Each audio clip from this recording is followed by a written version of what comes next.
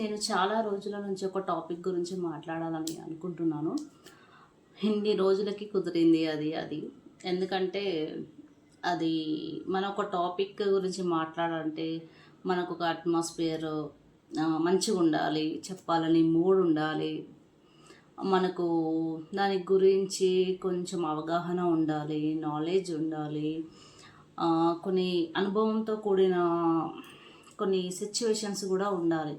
ఎందుకంటే మనం own content ఒకటి తీసుకున్నప్పుడు మనకెదురైన సంఘటనలు మనము అంటే దాన్ని బేస్ చేసుకొని ఒక టాపిక్ లాగా తీసుకొని మాట్లాడామనుకోండి, అది చాలా బాగుంటుందన్నమాట. అంటే ఎదుటి వాళ్ళకి వినడానికి బాగుంటుంది, మనం మాట్లాడడానికి కూడా మనము సొంతంగా చేసాము మాట్లాడాము అనే అంత బాగా ఉంటుందన్నమాట అట్లా చేసి. సో ఇప్పుడు నేను చెప్పబోయే టాపిక్ ఏంటంటే మనసు ఆకర్షణ. వింటున్నారా ఫ్రెండ్స్? మనసు ఆకర్షణ. సో ఈ టాపిక్లోకి వెళ్ళే ముందు ఒక లైక్ చేయండి. ఫస్ట్ టైం చూసిన వాళ్ళు సబ్స్క్రైబ్ చేసుకోండి. నచ్చితే కామెంట్ చేయండి, వీలైతే షేర్ కూడా చేయండి. సో టాపిక్లోకి వెళ్ళిపోదామా? మనసు ఆకర్షణ ఇది ఎందుకు తీసుకోవాలని నాకు ఎందుకు అనిపించింది అంటే, ఫస్ట్ అంటే ఈ మధ్యకాలంలో చాలా మందివి నేను వింటున్నాను అనమాట. పాపం వాళ్ళ అంటే నేను యూట్యూబ్లో వచ్చిన కొద్దిగా చాలామంది లైవ్లలో కొందరు సాడ్గా పెడుతుంటారు కామెంట్లో. ఏమైంది అని అడిగితే ఏం కాలేదు అంట. ఇంకొంచెం ఫోర్స్ చేసి అడిగితే అంటే అర్థమైపోతుంది వాళ్ళ కామెంట్లలో. అంటే లవ్ ఫెయిల్యూరా అని అడిగితే అవును లవ్ ఫెయిల్యూరే అని అంటారు. కానీ ఇంకా కొంతమంది తమ్ముళ్ళు వస్తుంటారు. అంటే ఓన్లీ యూట్యూబ్ గురించి చెప్తారే, ఈ సొసైటీలో ఉన్న ఎవరైతే ఐ మీన్ లవ్ చేసుకున్న వాళ్ళు కావచ్చు, మ్యారేజ్ అయిన వాళ్ళు కావచ్చు, వాట్ ఎవర్ ఇట్, లవ్ చేసుకొని విడిపోయిన వాళ్ళ గురించి, మ్యారేజ్ చేసుకొని విడిపోయిన వాళ్ళ గురించి, వీటన్ని కారణం ఏంటి అసలు? అరే ఒక తమ్ముడిది 4 years, ఇంకో తమ్ముడిది 2 years, ఇంకొకరిది 1 year, ఇంకొకరిది అయితే 13 years లవ్. సో అంటే ఇదంతా ఎక్కడికి అంటే ఎక్కడ ఎండ్ అవుతుంది వీళ్ళది? వాట్ ఎవర్ ఇట్, లవ్ కావచ్చు, అది అట్రాక్షన్ కావచ్చు, ఏదైనా కావచ్చు.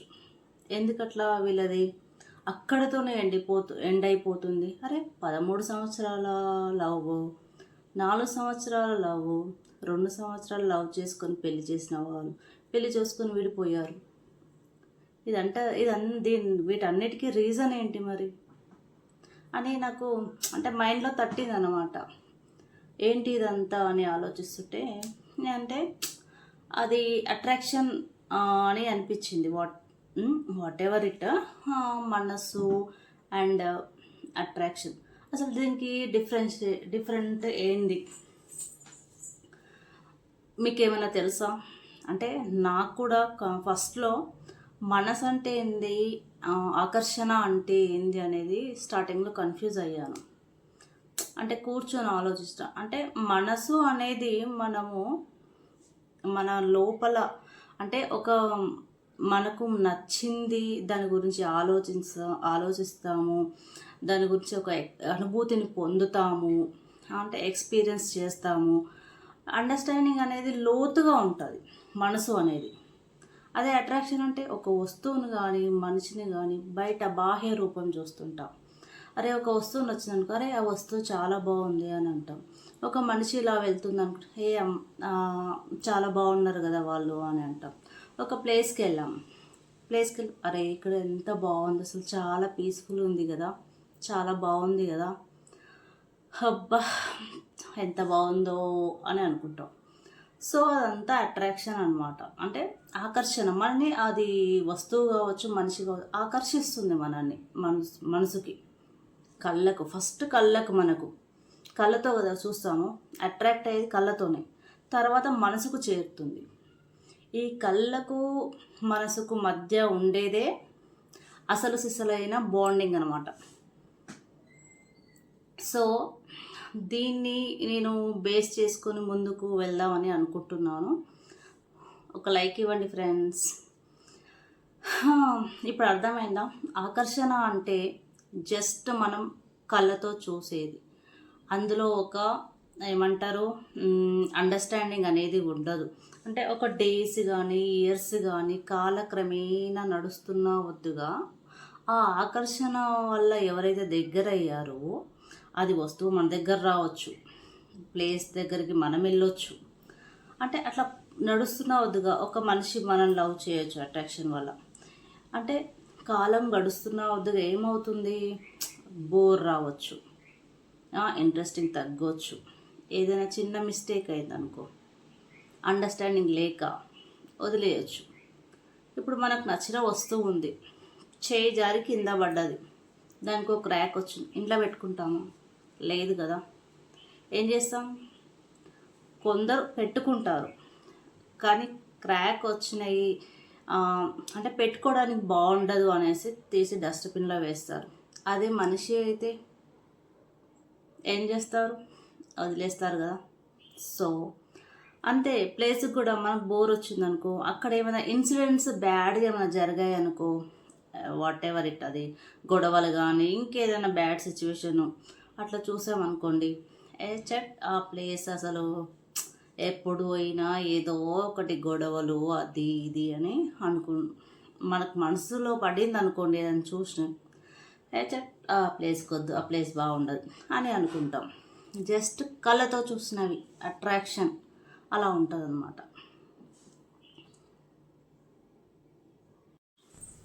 ఇంకోటండి, ఇప్పుడు ఇప్పుడున్న అట్రాక్షను, ఈ జనరేషన్లో ఉన్న అట్రాక్షన్కి ఒకప్పుడు ఉన్న అట్రాక్షన్కి కూడా నేను తేడా చెప్తా. ఇదేంటబ్బా ఇది ఇంత డిఫరెంట్ ఉందా, ఏంటబ్బా అదా డిఫరెంట్ అని అనుకుంటున్నారా అట్రాక్షన్కి? ఎస్ అండి. అప్పుడు జస్ట్ కళ్ళతో నచ్చి అట్రాక్ట్ అయ్యి పెళ్లి చేసుకున్న వాళ్ళు ఉన్నారు, ఒక వస్తువును నచ్చి దాన్ని అట్రాక్ట్ అయ్యి తీసుకొచ్చి ఇంట్లో పెట్టుకున్న వాళ్ళు ఉన్నారు, ఒక ప్లేస్ నచ్చి అట్రాక్ట్ అయ్యి వెళ్ళిన వాళ్ళు, చూసి వచ్చిన వాళ్ళు కూడా ఉన్నారు పదే పదే కదా. అంటే దానికి ఒక మనిషి తప్పు చేసినా కూడా పోనీలే అని సర్దుకుపోయే వాళ్ళు ఉన్నారు జస్ట్ అట్రాక్షన్ వల్ల.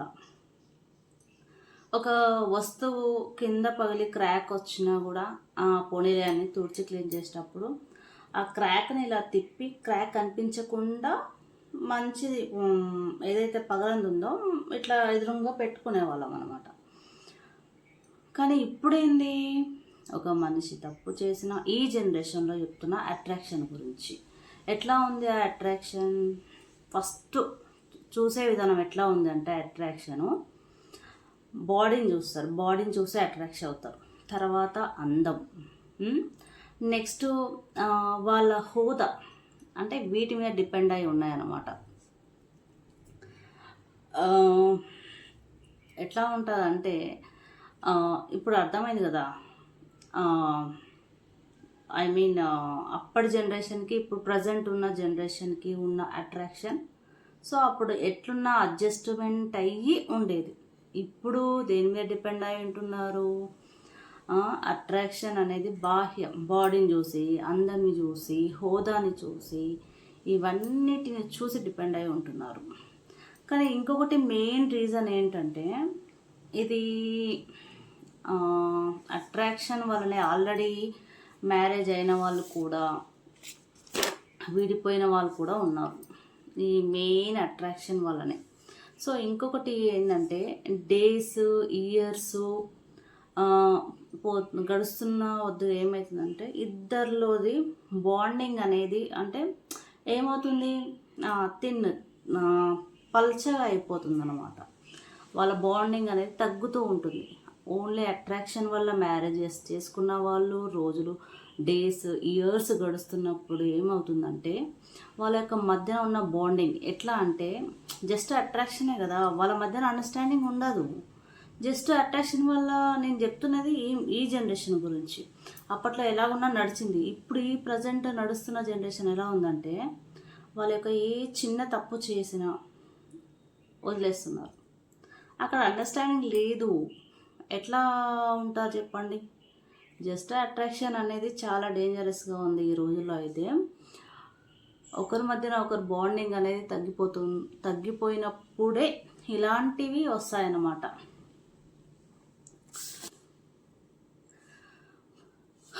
మనసు అనేది ఏంటంటే ఆల్రెడీ మీకు చెప్పాను, చాలా లోతుగా అండి.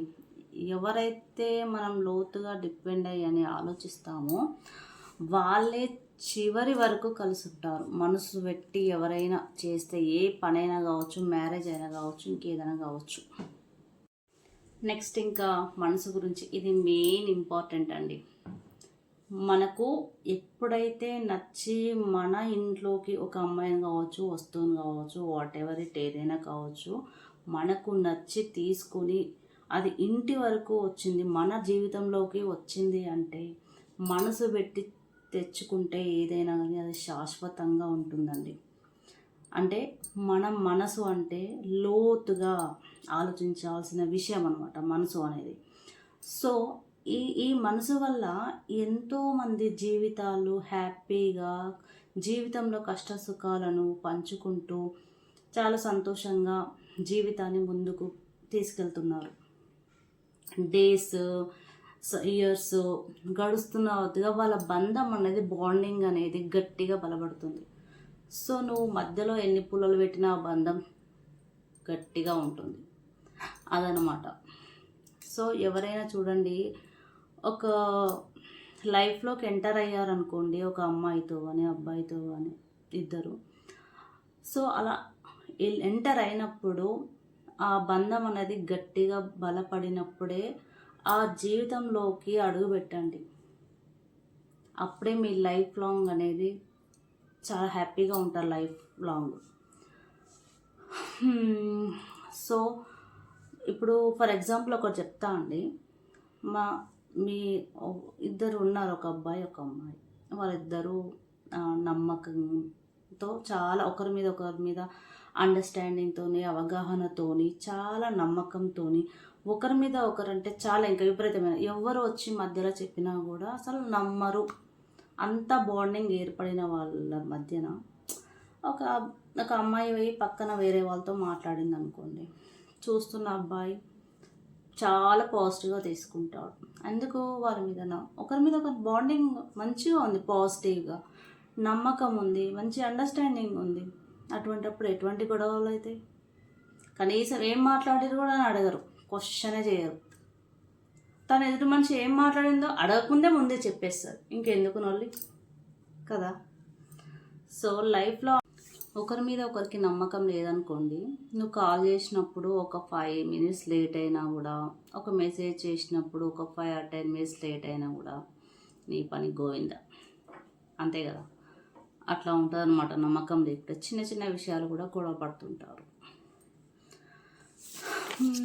నెక్స్ట్ అందుకే ఫస్ట్ ఒకరి మీద ఒకరికి నమ్మకం ఉండాలి, రెస్పెక్ట్ ఉండాలి. రెస్పెక్ట్ మెయిన్ అండి ఇక్కడ.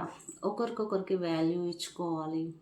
అప్పుడే బాండింగ్ ఎట్లా ఉంటుందంటే అసలు సూపర్గా ఉంటుంది అనమాట. రెస్పెక్ట్ ఇవ్వకుంటే ఏమవుతుందంటే, తెలియకుండా ఏదైనా మిస్టేక్ చేసామనుకోండి, చులకన చేసి మాట్లాడుతుంటారు. అదే ఒకరి మీద ఒకరికి వాల్యూ ఇచ్చుకుంటూ, రెస్పెక్ట్ ఇచ్చుకుంటూ, ఏదైనా మిస్టేక్ చేసినా కూడా అర్థం చేసుకొని, ఇట్లా మాట్లాడాలి, అట్లా మాట్లాడకూడదు, ఈ పని ఇట్లా చేయాలి, నువ్వు ఇలా ఉండాలి అని చెప్పుకుంటూ పోయినామనుకో, అది ఎక్కడో ఒక లెవెల్కి తీసుకెళ్తుంది. సో అలా ఉండండి friends. Thank you so much. లైఫ్లోకి ఎంటర్ అయినప్పుడు ఏదో అంటే ఎంటర్ అయినప్పుడు అంతే, ఇంకా మనము అన్నీ ఫిక్స్ అయ్యే జీవితం అనే సముద్రంలోకి అడుగు పెట్టాలి. ఈత రాకుంటే అడుగు పెట్టకండి, ఎందుకంటే ఇద్దరు లైఫ్లు స్పాయిల్ అయిపోతాయి. ఒక మనిషి వీక్ ఉండి ఇంకో మనిషి స్ట్రాంగ్ ఉండి విడిపోయారనుకోండి, వీక్ ఉన్న మనిషి లైఫ్ని నాశనం చేసుకుంటాడు. ఎక్కువ ఈ విషయంలో అబ్బాయిలు స్పాయిల్ అవుతున్నారు. అబ్బాయిలు వేరే అబ్బాయిలతో మ్యారేజ్ చేసుకొని బాగానే సెటిల్ అయిపోతున్నారు. అదే స్ట్రాంగ్గా ఉండి అబ్బాయి అర్థం చేసుకొని ఇంకో అమ్మాయిని పెళ్లి చేసుకొని హ్యాపీగా లైఫ్ సాగిపోతుంది అనుకోండి, ఎటువంటి ఇష్యూస్ ఉండేవి. లేదు ఆ అమ్మాయి మీదే మనసు పెట్టి నా లైఫ్ ఇలా అయ్యిందే, ఇంకా నేను ఎవరితో మాట్లాడను, నా లైఫ్లోకి ఎవరు వద్దు అని స్ట్రాంగ్గా డెసిషన్ తీసుకొని ఇంట్లో ఉన్న పేరెంట్స్కి చాలా బాధ పెడుతున్నారండి. నిజంగా అసలు ఒకసారి ఆలోచించండి. ఇటువంటి అబ్బాయిలు అంటే నీ ఒక్క విషయంలోనే బాధపడితే కనుక స్ట్రాంగ్గా ఉండి డెసిషన్ తీసుకోండి. లేదు నాకు అసలు జీవితంలో అసలు పెళ్ళి వద్దు, ఇంట్రెస్ట్ లేదు అంటే జీవితంలోకి వెళ్ళి నేను అంటే ఇప్పుడు ఎగ్జాంపుల్ చెప్తున్నా, సముద్రంలోకి నాకు ఈత రాకుండా నీ దూకుతా ఈత వేస్తా అంటే అటే పోదు, రావిక బయటికి తీరానికి చేరుకోలేదు. అలాంటి వాళ్ళు దిగకండి లైఫ్లోకి. అన్ని విధాల అవగాహన ఉన్న వాళ్ళే సంసారం అనే నావలోకి అడుగు పెట్టండి. అప్పుడే లైఫ్లో ఎన్ని కష్టాలు వచ్చినా ఈదగలుగుతావు, ఎన్ని ప్రాబ్లమ్స్ వచ్చినా సాల్వ్ చేసుకోగలుగుతావు, ఎన్ని తుఫాన్లు వచ్చినా కూడా తట్టుకొని నువ్వు తీరానికి చేరుకోగలుగుతావు. అలాంటి వాళ్ళే జీవితం అనే సముద్రంలోకి దిగండి. అలాంటి వాళ్ళు దిగకండి, నిజంగా చెప్తున్నా. అందులో ఇద్దరు జీవితాలు ఉంటాయి కదా, ఎందుకు వేరే ఎదుటి వాళ్ళ జీవితాన్ని నాశనం చేసిన వాళ్ళు అవుతారు. సో అలా చేయకండి. సో ఎప్పుడైనా సరే అట్రాక్షన్ నుంచి మనసు దగ్గరికి వెళ్ళాలి. ఇక్కడ మనసు అట్రాక్షన్ అనే కళ్ళ నుంచి మనసుకు చేరుతుంది కదా, మనం ఇక్కడే ఉంచుకున్నాం అనుకోండి, ఇక్కడతోనే బయటికి ఎలగొట్టేస్తాం. అదే ఇక్కడ వరకు తెచ్చుకొని బలంగా గట్టిగా స్ట్రాంగ్ అయ్యామనుకోండి, దీనికి ఇది వచ్చిందనుకో చట్ అని దొబ్బేసి మంచి అండర్స్టాండింగ్తో ఉంటారు. సో తమ్ముళ్ళు కావచ్చు, ఫ్రెండ్స్ కావచ్చు, సొసైటీలో ఇంకెవరైనా కావచ్చు. ఈ మధ్యన అంటే అమ్మాయిలది తప్పు అనట్లేను, అబ్బాయిలది తప్పు అనట్లేను. ఈ మధ్యన పేరెంట్స్ కానీ అమ్మాయిలు కానీ ఎలా థింక్ చేస్తున్నారంటే సెక్యూరిటీ గురించి ఆలోచిస్తున్నారు. అంటే ప్రేమ అంటే హోదా, మనసు గురించి చెప్పాను కదా ఇంతకుముందు, అండర్స్టాండింగ్ ఇవన్నీ డబ్బుతో కూడుకున్నవి కాదు. హోదా అనేది మనీతో, ఆస్తి ప్రాపర్టీస్ సంబంధించిన కాబట్టి సో అవి కూడా చూస్తున్నారు లవ్లో. ఎందుకంటే వాళ్ళది కూడా తప్పు లేదండి. ఎందుకంటే సెక్యూరిటీ మధ్యన చూస్తున్నారు కదా, కొందరు అమ్మాయిలు తొందరగా మ్యారేజ్ చేసేసుకొని అబ్బాయిలకు అనుకోకుండా ఏదో ఇష్యూస్ వచ్చి చనిపోవడం. తప్పుగా అనుకోకండి, ఎందుకంటే ఇష్యూస్ మా ఇండ్లలో కూడా జరిగినాయి. సో అందుకే చెప్తున్నాను, వాళ్ళు కూడా బాధపడుతున్నారు కాబట్టి అమ్మాయిలు సెక్యూరిటీ గురించి ఆలోచిస్తున్నారు. పేరెంట్స్ ముఖ్యంగా మా అమ్మాయికి రేపు ఏ సమస్య వచ్చినా కూడా ఎటువంటి కష్టపడకూడదు అనేసి. మరి లేని వాళ్ళు ఎట్లా అని అంటారు, అది కూడా క్వశ్చనింగే. తప్పదు, అవ్వ కావాలి బువ్వ కావాలంటే తప్పదు కదా. మనం కూడా కష్టపడి పైకి వచ్చి మంచి వ్యక్తిత్వంతో ఉన్న దాంట్లో హ్యాపీగా ఉండగలరు. నిన్ను అర్థం చేసుకుని లైఫ్లోకి ఎలాగైనా వస్తారు. నిన్ను అర్థం చేసుకునే వాళ్ళు, రాని వాళ్ళని వదిలేసి అంతే కదా. నీ హోదా చూసి నిన్ను లవ్ చేసే వాళ్ళు వస్తే అది ఎప్పటికీ ఉండదు. అందుకే ఈ జనరేషన్లో ఉండే లవ్ అండ్ అట్రాక్షన్ హోదాతో కూడినది. సో నీ హోదా మంచిగా ఉన్నప్పుడే, నీ హోదా ఒక లెవెల్లో ఉందనుకో ఆటోమేటిక్గా వచ్చేస్తారు. లేనోడికి ఏంటి, అంతే. ఇక ఈ మధ్యన అవే జరుగుతున్నాయి. ఒక విషయం అండి, ఒక తమ్ముడిది 13 years, ఇంకొకరిదేమో 4 years, ఇంకో ఫ్రెండ్ 2 years అని చెప్పాను కదా. నిజంగా లవ్ చేసుకున్న వాళ్ళు 1 year లోపే చేసుకోండి. 13 years, 4 years, 2 years ఇప్పుడు అన్నం వండంగానే తినకపోతే నైట్కి చల్లబడుతుంది, తెల్లారికి ఏమవుతుంది, పాచిపోతుంది. అట్లాగే మీ లవ్ సాగదీసి తీసి పాచిపోతుంది. అది కూడా పాచిపోకముందే, ఎటువంటి డిస్టర్బెన్స్ రాకముందే మ్యారేజ్ చేసుకోండి. అండర్స్టాండింగ్ బలంగా చేసుకోండి, గట్టిగా బలపడేటట్టు చేసుకోండి.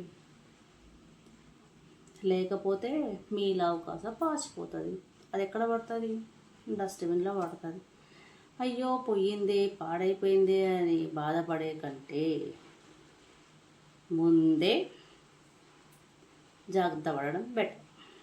పాచిపోతే కొంచెం స్ట్రాంగ్ ఉన్న వాళ్ళు ఏం చేస్తారు, మనసు స్ట్రాంగ్ ఉన్న వాళ్ళు మర్చిపోయి ఇప్పుడు అన్నం పాచిపోతే వేరే వండుకొని తినమా, అది కూడా అంతే. లేదు నాకు ఇష్టమైనది పాచిపోయింది తినకుండా ఉంటా అంటే ఎవరిది ఎండేది కదా, ఎవరి హెల్త్ ఖరాబ్ అవుతుంది. మీదే కదా. అప్పుడు ఎవరు సఫర్ అవుతారు? పేరెంట్స్. అవసరమా ఇవన్నీ? మన చుట్టూ ఎన్ని కష్టాలున్నా ఎవరు అర్థం చేసుకోకుండా మన మనసు అనేది గట్టిగా బలంగా ఉంటే మనం ఎలా ముందుకు సమాజంలో నడుచుకుంటూ పోవాలి అనే ఒక థింక్ అనేది మీకు ఉంటే మన చుట్టూ ఒక హ్యాపీనెస్ని క్రియేట్ చేసుకోవచ్చు. నిజం ఫ్రెండ్స్, ఇది ఒకసారి థింక్ చేయండి. నేను ఎక్స్పీరియన్స్తో చెప్తున్నా.